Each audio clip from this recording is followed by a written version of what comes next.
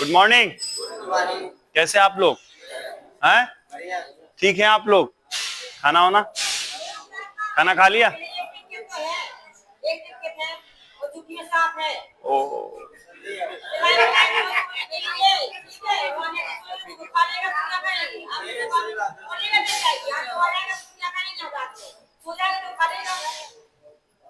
आ गए, मतलब आ गए खाना वाना खा के। डेली ना डेली तो हम लोग कुछ सीखते हैं ना, लेकिन जो सीखते हैं उसको याद भी रखें। वो बताना और सुनना मायने नहीं रखता, उस बताए हुए चीजों को अपने दिमाग में रखना मायने रखता है ना सर? तो इसलिए जो भी पावर टूल्स और हैंड टूल्स के बारे में जानते हैं,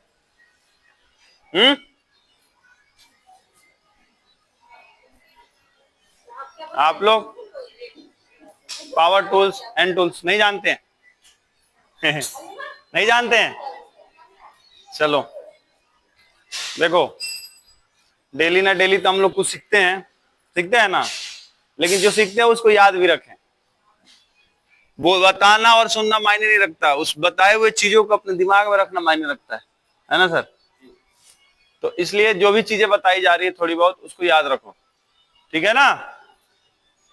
तो हैंड टूल्स और पावर टूल्स, टूल्स का मतलब क्या होता है इतना तो पता होना चाहिए। टूल्स का मतलब जिससे हम काम करते हैं, है ना? बोलते हैं ना ये पाना लाओ, ये मशीन लाओ, वो सारे टूल्स हैं।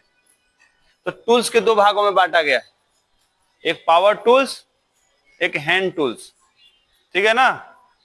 तो हैंड टूल्स उसको बोलते हैं जो हाथों से काम में लाया जाता है। किससे?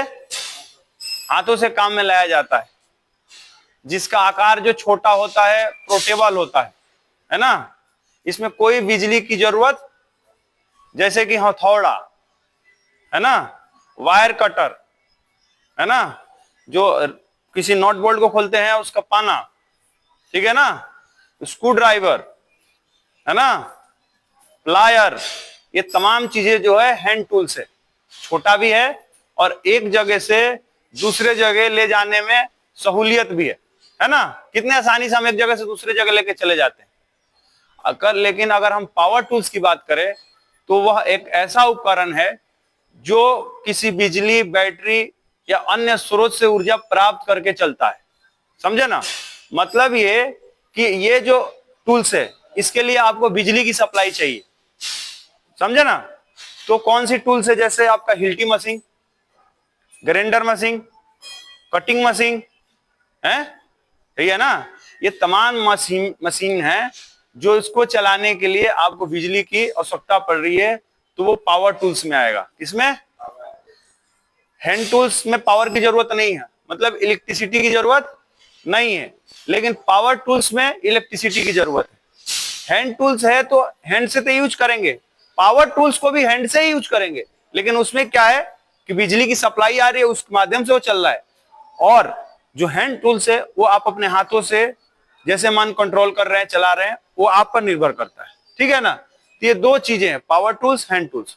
लेकिन आपको पता है कि कोई भी अगर हम काम करते हैं या कहीं कहीं आते जाते कोई भी काम करते हैं तो उनमें कुछ ना कुछ खतरा बनी रहती है। आप काम भी नहीं करते, आप रोड के किनारे से अपने रूम पर भी जाते हो तो आपके साथ खतरा बना रहता है ना? आप नॉर्मल एक चाय भी पीते हैं तो आपके साथ खतरा बना रहता है कि आपका मुंह जल जाएगा, ठीक है ना? तो जब ये चीज आपको पता रहती है आपके साथ खतरा होगा तो आप क्या करते हैं? सावधानी लेते हैं ना?